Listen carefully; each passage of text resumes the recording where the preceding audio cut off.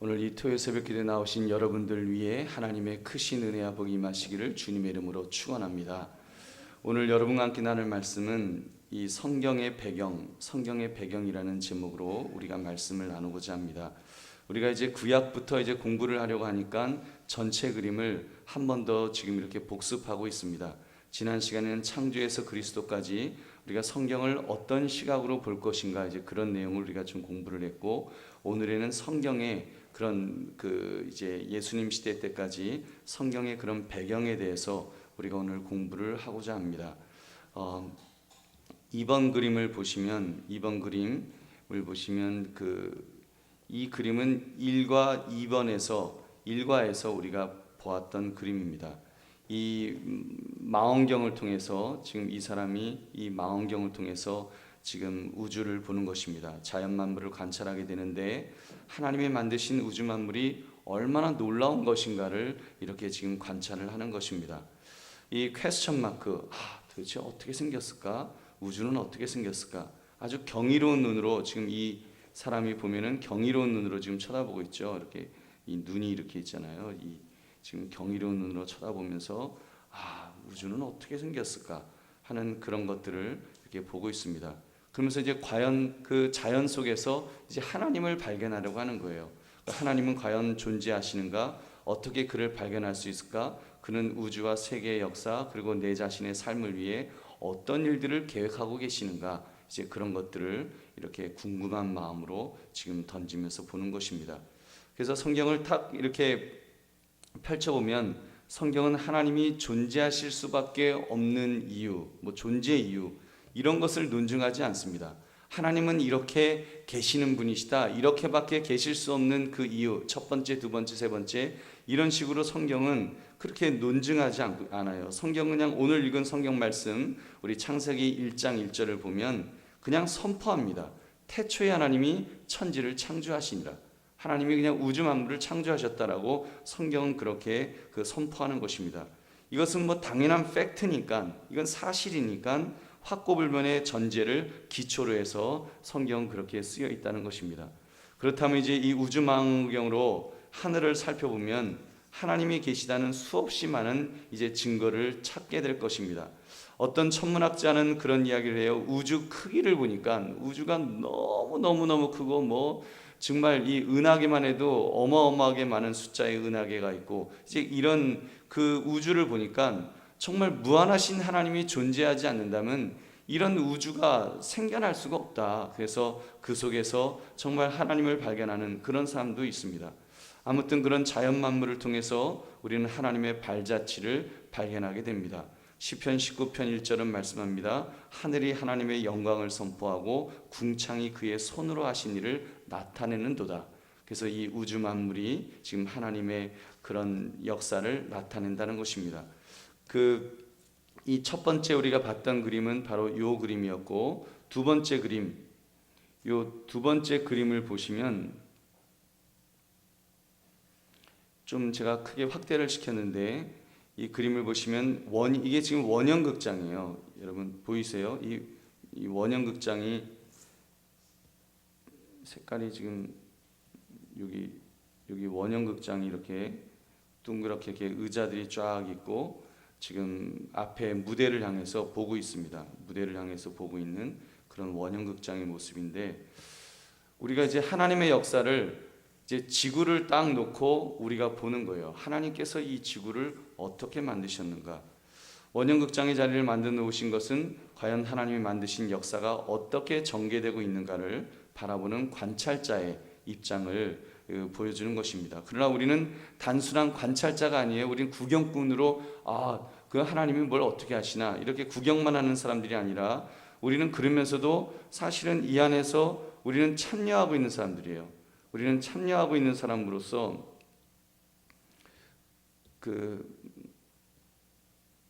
관찰자일 뿐만 아니라 우리는 또한 참여자로서 이제 이 땅에 있는 것입니다. 그래서 여기 이렇게 우리가 여기 이렇게 존재하는 바다 한가운데 있으면 안 되지만 하여튼 이렇게 존재하는 그런 우리의 모습을 우리가 볼 수 있습니다. 이 속에서 우리는 성경을 보면 아무도 구경꾼은 없다는 거예요. 우리 인간은 사실은 우리가 하나님이 하신 것을 보지만 우리 자신이 완전한 구경꾼은 아니라는 것입니다. 우리는 그 속에 참여하고 있어요. 우리가 그 속에서 하나님의 역사를 우리가 보는 것입니다. 우리 한번 따라하시기 바랍니다. 우리는 구경꾼이 아닙니다. 참여자입니다. 네, 우리는 참여자예요. 그래서 우리가 지금 이렇게 하나님의 하신 일들을 보지만 또한 동시에 우리는 참여자로서 이곳에서 이렇게 우리는 존재하고 있는 것입니다. 그래서 여러분, 이런 존재 속에서 우리가 어떻게 하나님께서 역사하셨는가, 이제 그런 것들을 보는데, 두 번째 그림을 보시면 이 조금 전에 보여드렸던 이 원형극장의 모습이 지금 좀 더 약간 다른 모양으로 지금 나타났어요. 이 거룩한 역사의 무대라 그래서 다른 모양으로 지금 여러분들에게 보여드렸습니다.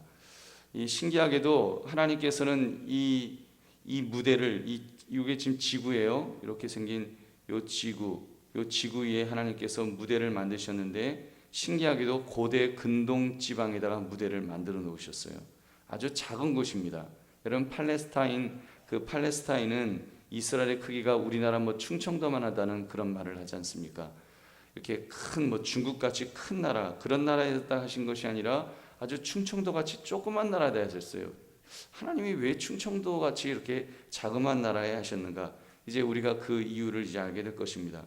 아마 제가 이 공부를 하면서 하나님께서 유대인들, 이 충청도만한 유대인들을 안 하셨으면 틀림없이 하나님은 우리 한반도에 메시아를 보내셨을 거라는 거가 아마 정설일 거예요. 유사한 게 많아요. 여러분, 그래서 하나님께서 이 작은 나라를 하나님은 택하셨습니다. 또 작으니까 잘 보이잖아요. 중국같이 큰 나라에 오셨으면은 도대체 어디 계신지도 잘 몰랐을 텐데, 워낙 작은 나라니까 그 예수님이 하신 역사나 이런 모든 것들이 아주 잘 보입니다.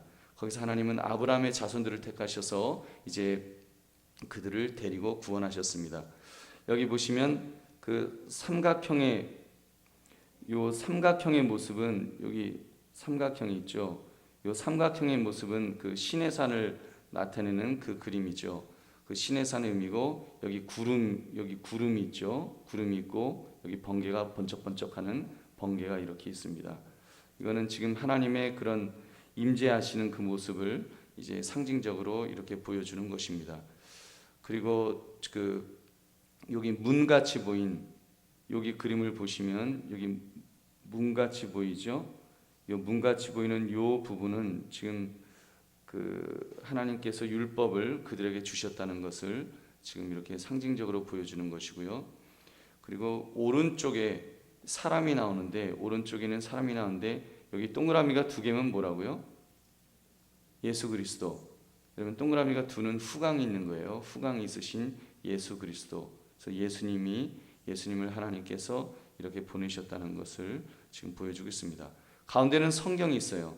가운데는 성경이 있는데, 여러분, 이렇게 합쳐갖고 이 시내산의 사건을 가지고 이렇게 합치면은 요 성경과 함께 구약 성경이 되겠죠.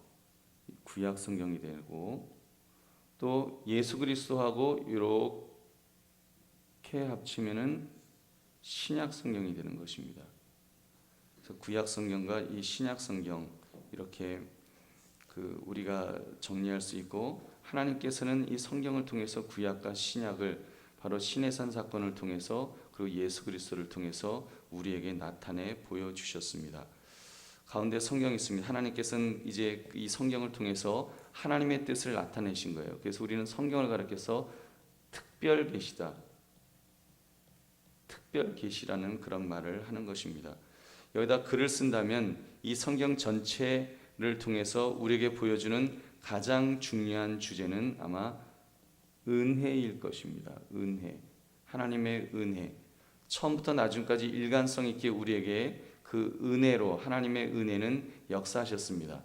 그리고 하나님의 계획은 계속해서 우리의 죄를 용서해 주는 것이죠.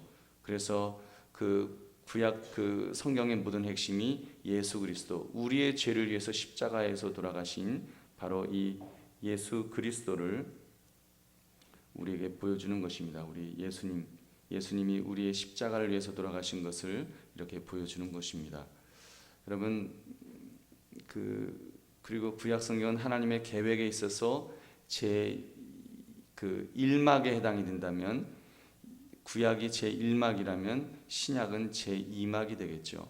그렇게 이제 하나님은 역사를 이렇게 이끌어 가셨습니다. 그리고 하나님은 그의 계획을 성경을 통해서 우리에게 말씀하시고 또 하는 것을 여러분 볼 수 있습니다. 두 번째 그림을 보시면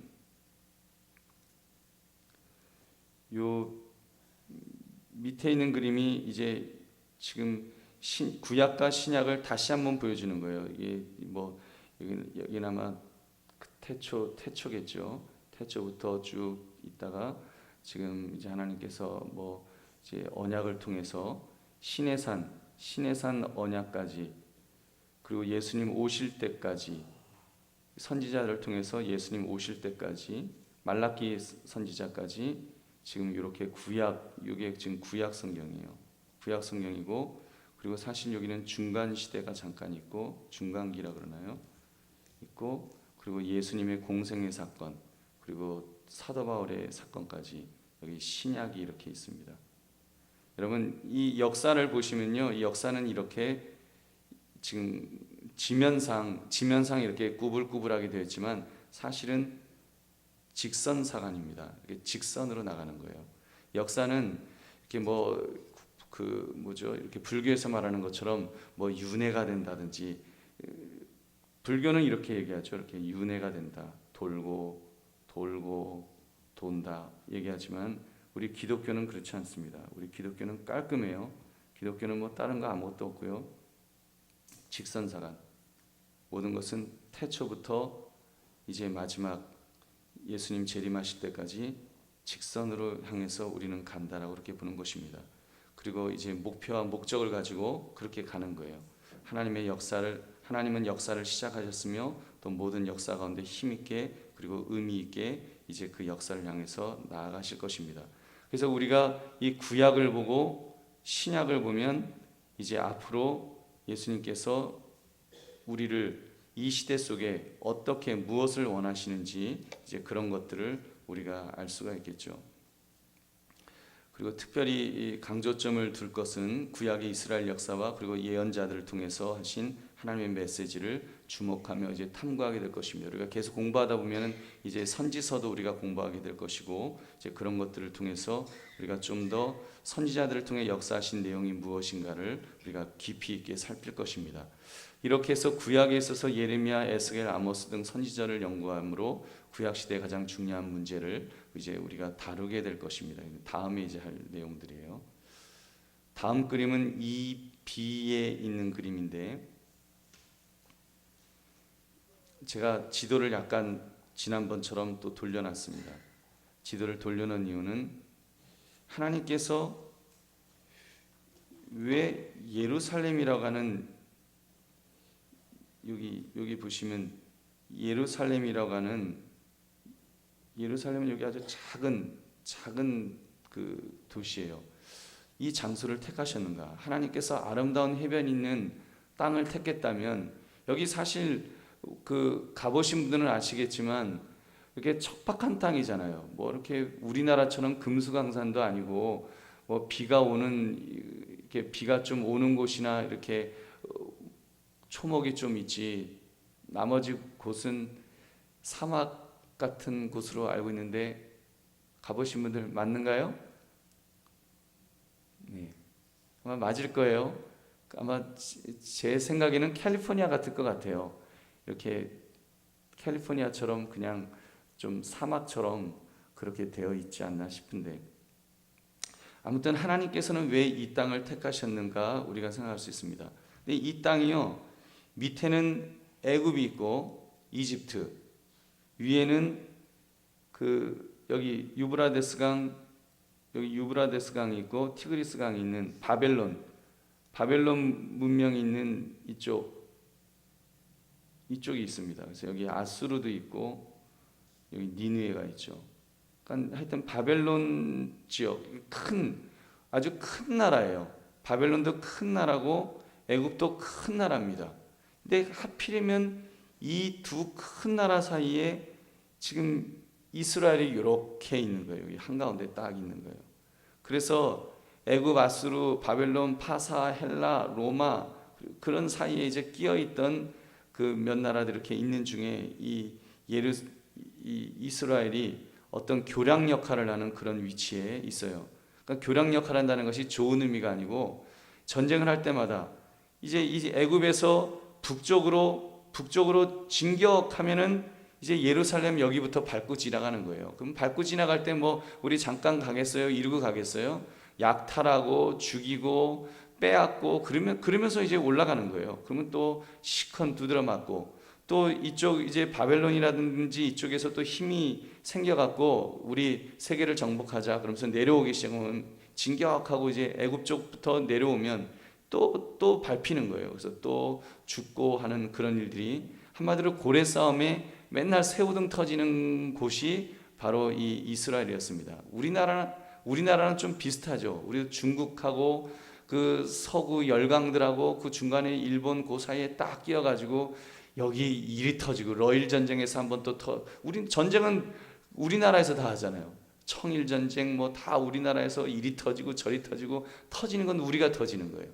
지금 그런 속에서 이 이스라엘 사람들이 얼마나 힘들겠어요. 좀 이렇게 저 푸른 초원 위에 그림 같은 땅에서 거기서 편안하게 핀란드라든지 좀 그런 나라에서 있었으면 뭐 외세 침입을 별로 받을 것도 없고 그냥 편안하게 탱자 이렇게 살았을 텐데 행복하게 살았더래요 뭐 이랬을 텐데 이 하필이면 이 열강들 한가운데 끼어가지고 충청도만한 조그만 나라가 있으려니 얼마나 힘들겠습니까? 하나님은 거기가 젖과 꿀이 흐르는 땅이라 그러신 거예요. 참 곤란하죠. 근데 여러분 거기서 살았기 때문에 이스라엘 백성들의 마음속에는 늘 메시아를 대망하는 마음이 있었습니다. 늘 메시아를 대망하면서 주님 언제 오십니까? 우리를 구원하실 분이 언제 오십니까? 우린 여기가 전부가 아니야. 우린 지금 이게 전부가 아니야. 우린 더 나은 삶을 기대할 수 있어 하면서 그렇게 기대했던 것이 여러분 그 이스라엘 백성들의 그런 삶의 모습이었습니다. 그런 거 보면 고난도 여러분 축복인 줄로 믿습니다. 너무 잘 먹고 잘 사는 것만 좋은 건 아니에요. 잘 먹고 잘 살아서 우리 예수님 하신 말씀처럼 낙타가 바늘기로 들어가는 것이 부자가 천국 가는 것이 낙타가 바늘기로 들어가는 것보다 더 어렵다 말씀하신 것처럼 여러분 오히려 이렇게 좀 어렵고 힘든 것도 오히려 그걸 통해서 우리가 영적으로 깨어나게 될 줄 믿으시기 바랍니다. 그러면 영적으로 우리가 또 깨어날 수 있는 좋은 그런 기회가 되는 것입니다. 그 다음 그림을 보시면 이제 국제적 배경을 정리한 것인데요. 그 첫 번째 국제적 배경이 지금 이렇다는 거예요. 첫 번째 그림은 아수르.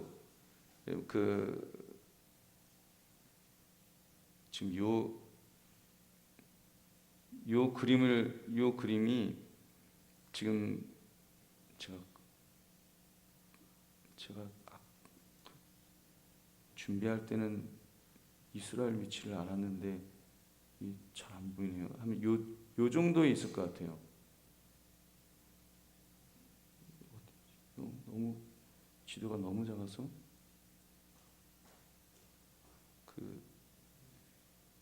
지금 여기 이스라엘이 여기 있고 유브라데스 티그리스강 있으니까 유브라데스 티그리스강이 있으니까 요 정도의 여기가 이집트예요. 여기가 이집트. 요쯤이 에집트고요. 여기가 지금 아수르입니다. 아수르가 있고 여기에 지금 이스라엘이 있는 겁니다. 그래서 아수르가 지금 지배하는 그런 시대가 있었습니다. 그 아수르 제국 족장 시대 이전에도 그 중동 지방에서 정치적인 활약을 하고 있었죠. 아수르의 세력은 다윗 왕 시대 때는 아주 굉장히 힘이 쇠약해져 있었어요. 그래서 이제 다윗 왕 때는 굉장히 다윗이 큰 나라를 만들고 있었는데 그때는 아수르가 힘이 없었습니다. 근데 점점 아수르가 강해져 갖고 이제 북이스라엘의 영향력을 행사하기 시작하죠.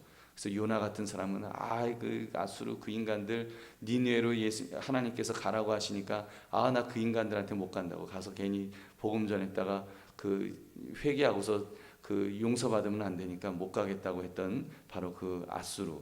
이 아수르가 지금 이렇게 지배하던 곳이 지금 에집트는 빠져 있는 거예요. 이집트는 빠져 있고 이쪽 바벨론 지역을 중심으로 하는데 이스라엘도 그 지배하에 있는 것입니다. 그렇게 아수르가 지배하던 때가 있었고 그다 이제 그 기원전 722년도에 북이스라엘이 이 아수르에서 멸망을 당합니다. 그 다음에 바벨론 나라가 나오는데 바벨론 나라는 조금 더 이제 약간 축소됐죠. 그래서 바벨론 왕조 중에 최고의 왕은 여러분 바벨론 왕의 최고의 왕은 함무라비 법전이라고 아시죠? 함무라비 법전을 만든 함무라비가 있었고요. 또 BC 천년경 그때는 초반 바벨론은 아수르의 통치 아래 놓여 있었습니다. 아까 요 그림에서 보신 것처럼 요 바벨론이 요 속에 여기 이렇게 포함이 되겠죠. 그래서 이 아수르의 통치하에 있다가 이제 힘이 강해져 갖고 아수르를 몰아내고 아시아의 새로운 강자로 등극하는 것입니다. 그래서 여기를 이렇게 바벨론이 차지하고 있었습니다. 그래서 남한국 유다는 두 차례 걸쳐서 이제 이 바벨론에 의해서 또 멸망당하고 포로로 끌려가는 그런 일이 있었습니다. 아마 요 어디에서 다니엘이 살았을 것 같아요. 여기 다니엘도 살고 사드락 메삭 아벳느고도 요 어디에서 살았을 것입니다. 그 다음 그림은 파사 나라인데 여러분 파사 제국 아시죠? 뭐 다니엘도 요 시대 때도 있었겠지만 하여튼 요 파사 나라에 지금 539년 여기 BC 539년에 바로 이제 파사 나라가 이어지죠. 우리는 그냥 성경에 그냥 그 바사 나라도 그냥 다 바벨론 같이 보여요. 근데 하여튼 그 정권이 이제 바뀌면서 사실 나라가 이제 바뀌는 겁니다. 그래서 바사 나라가 여기를 지배하게 되는데 굉장히 이제 그때는 바사 나라가 이쪽 여기 에집트까지 지배를 하고 사실 이쪽 이디오피아인가 이쪽까지 다 지배하는 이디오피아까지 아프리카 쪽까지 지배하는 지금 그런 나라가 큰 나라가 이제 돼서 바사 나라가 있었습니다. 또 바사 제국 때도 역시 이스라엘은 여기 딱 끼어가지고 또 이제 계속 또 괴롭힘을 당하고 속국으로 있고 하는 일들이 계속 있었습니다. 그 다음에 있었던 나라가 그리스. 여러분 잘 아시죠? 그 알렉산더 대왕이 이제 아버지 그 필립이 암살을 당한 다음에 20살 약간의 나이에 이 알렉산더가 이제 왕이 됩니다. 그런 다음에 세계를 통치하자. 그리고는 이제 막 전쟁을 하기 시작한 거예요. 그래서 막 가자 해갖고 막 가는데 어디까지 간 건 거의 인도까지 갔죠. 인도까지 가갖고 이제 정복을 하고 그래서 33살에 거의 세계를 다 정복하다시피 이쪽 이집트 이디오피아 아프리카 쪽 이쪽까지도 또 지배하고 계속 가서 이쪽 여기가 그리스 이탈리아 이쪽까지 많이 점령을 하는 그런 일이 있었습니다. 그래서 헬라 제국이 소위 말하는 이 나라를 가리켜서 헬라 제국이라고 그러죠. 헬라 제국에 이어진 나라가 바로 로마입니다. 로마 바로 예수님 시대 때 있었던 바로 그 로마 나라. 로마 나라는 거의 전 세계를 이제 지배를 한 거예요. 알렉산더의 이후로 이제 로마로 이게 자연스럽게 넘어가죠. 그래서 로마 시대 세계를 지배하게 돼서 실크로드가 생겨나게 되고 그 도로를 타고 우리 사도 바울이 또 편안하게 전도할 수가 있었습니다. 만약에요 그런 성경학자들이 이야기를 하죠. 이렇게 진짜 로마가 전 세계를 지배하지 않았으면 실크로드가 있고 모든 길은 로마로 하면서 그 전 세계가 네트워크처럼 이렇게 연결되어 있지 않았다면 지금 여기 이집트 쪽 여기가 정확하게 어딘지 제가 잘 모르겠는데 하여튼 아프리카 쪽 다 다 이렇게 지배를 한 거예요.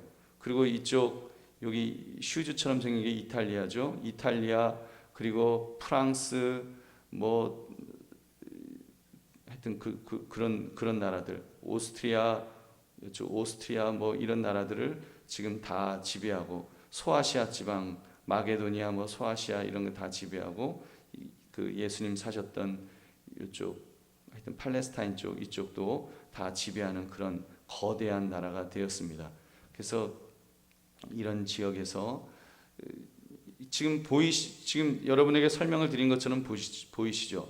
아수르 때, 바벨론 때, 파사 나라 때, 그리스 때, 로마 때 계속 지배를 당하는 거예요. 계속 지배당하고, 또 큰 나라가 생기면 또 그 나라가 지배하고, 그러니까 우리가 당한 것보다, 어쩌면 우리가 당한 것보다 더 많이 당했어요. 이스라엘은 늘 그렇게 당했던 나라고, 이제 얼마 전에 지금 그 독립해 갖고 지금 살지 그동안 거의 2000년 가까이를 또 떠돌이 국가로 그렇게 살았던 나라가 이스라엘 백성들 아니겠습니까? 이제 그런 나라 속에 있었다는 것을 여러분 생각하시면 진짜 우리나라랑 좀 그래도 많이 유사하고, 그런 영적 흐름이, 여러분 우리가 지금도 뭐 중국의 그런 위협이 있고, 뭐 북한의 위협도 있고, 일본의 그런 또 속상한 부분도 있고, 독도는 뭐 자기네 땅이다 그러고 막 그런, 이제 미국 싫어하는 분들은 이제 뭐 미국 이제 뭐 어쩌고 저쩌고 하고 하는데, 하여튼 그런 나라들 속에서 우리 대한민국이 이렇게 있지만, 여러분 이것이 영적으로 보면 하나님께서 특별하게 우리 한민족을 쓰시고자 하시는 뜻이 계신 줄로 믿습니다. 여러분 이스라엘 사람들이 회개하고 주님 앞에 돌아오지 않는 이상 우리가 쓰임 받을 것 같아요. 뭐 성경에 있는 내용은 아닙니다만, 이런 역사적 정황을 보면은 우리나라가 제일, 이스라엘 사람들이 지금 아주 강팍해 갖고 하나님을, 지금 예수 그리스도를 거부하니까, 그러면 하나님께서 누구 쓰시겠어요? 딱 동방에 와 보니까 이스라엘하고 비슷한 나라가 있네. 그리고 여러분 초대 우리 한국 그 기독교 초창기에 평양을 갖다가 동방의 예루살렘이라고 할 정도로 정말 뭐 복음이 한번 딱 들어가니까 복음이 막 쫙 전파되는 거예요. 그래서 1905년인가 뭐 그럴 때 막 대부흥이 일어나고 했던 것들이, 그래서 동방의 예루살렘이다, 평양을 막 그렇게 지칭할 정도로 그렇게 어마어마한 그런 영적 그런 그 움직임이 있었던 곳이 여러분 우리 대한민국인 줄 믿으시기 바랍니다. 앞으로 여러분 우리 하나님께서 정말 우리가 선교에 대한 그런 비전을 가지고 그렇게 나가면 하나님께서 우리 대한민국을 크게 쓰실 줄 여러분 믿으시기 바랍니다. 이제 마지막 그림 전에 요 그림은 지금 이스라엘 나라의 그런 어떤 그림이에요. 그래서 사울이 다스렸던 이 지역은 사실 굉장히, 여기가 갈릴리 바다고요. 갈릴리 바다고,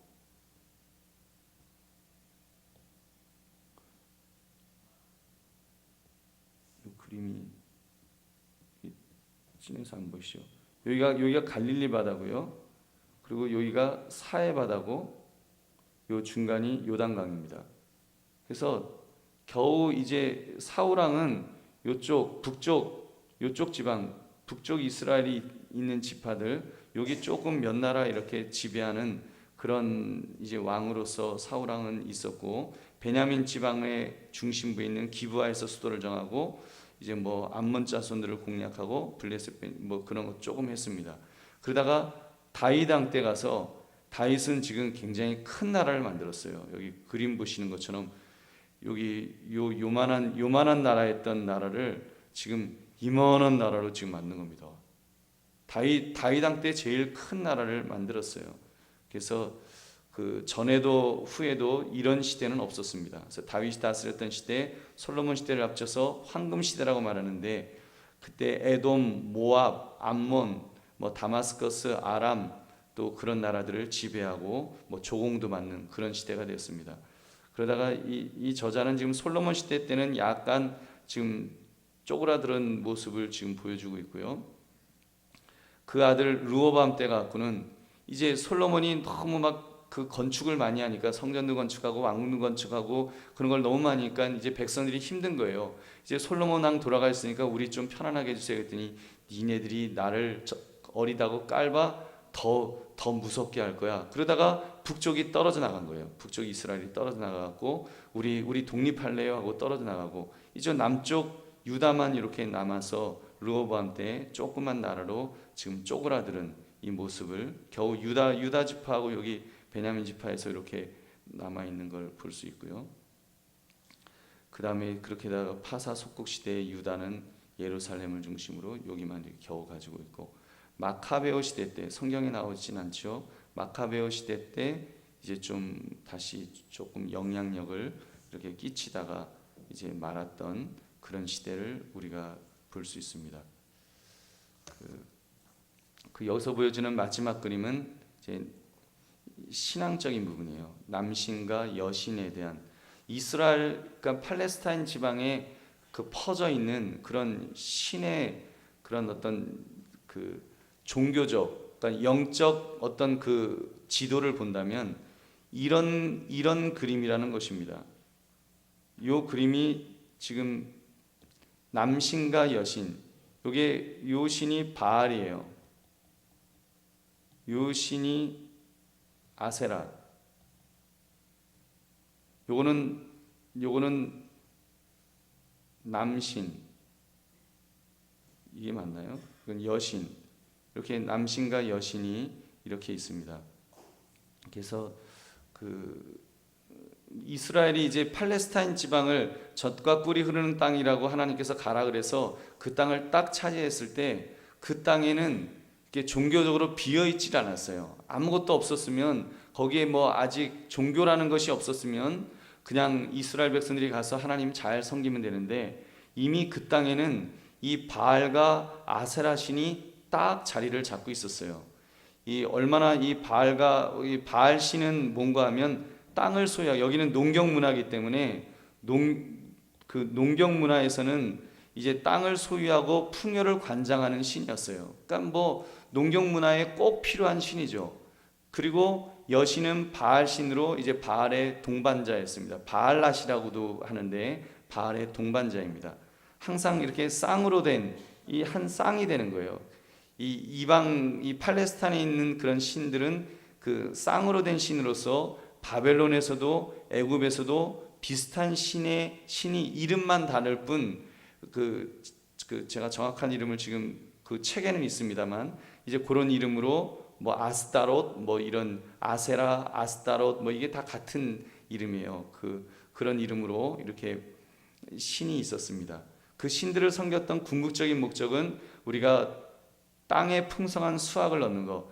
농경 사회니까 유목민이 이제 유목 생활을 하던 데서 이제 농경 생활로 바뀌니까 우리도 그러면 이 바알 신을 섬기고 아세라 신을 섬겨야지 우리가 좀 풍요롭게 풍년을 맞을 수가 있겠다.